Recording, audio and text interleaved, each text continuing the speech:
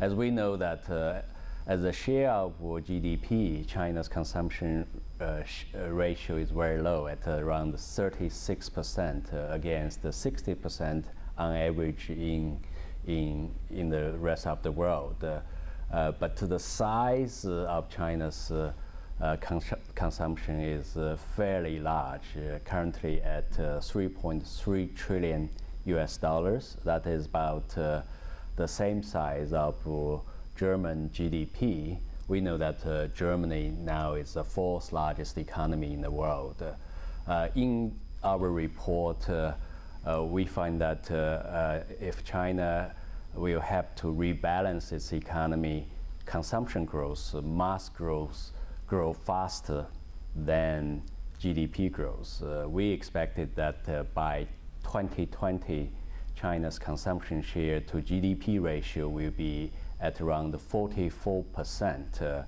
In PPP terms, it means that Chinese consumption share will be around 11 trillion US dollars. That's a very large number. And this is the reason why ANZ will publish a consumer confidence survey to track this emerging trend in China.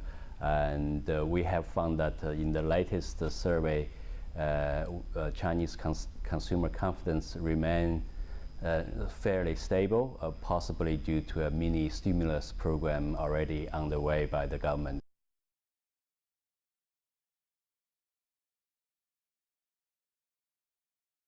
One big surprise is that when we talk about the share of China's GDP, it's very small, at around 36%. But if you look at the magnitude of the consumption, is fairly large, 3.3 trillion US dollars. That is as large as the German GDP size. We know that Germany is the fourth largest economy in the world.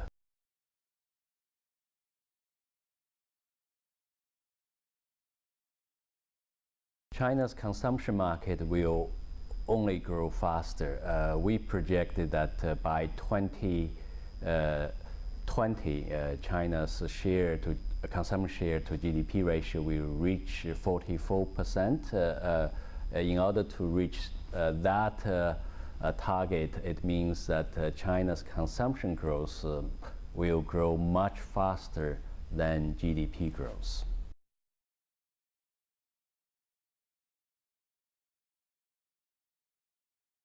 Well, indeed, there's current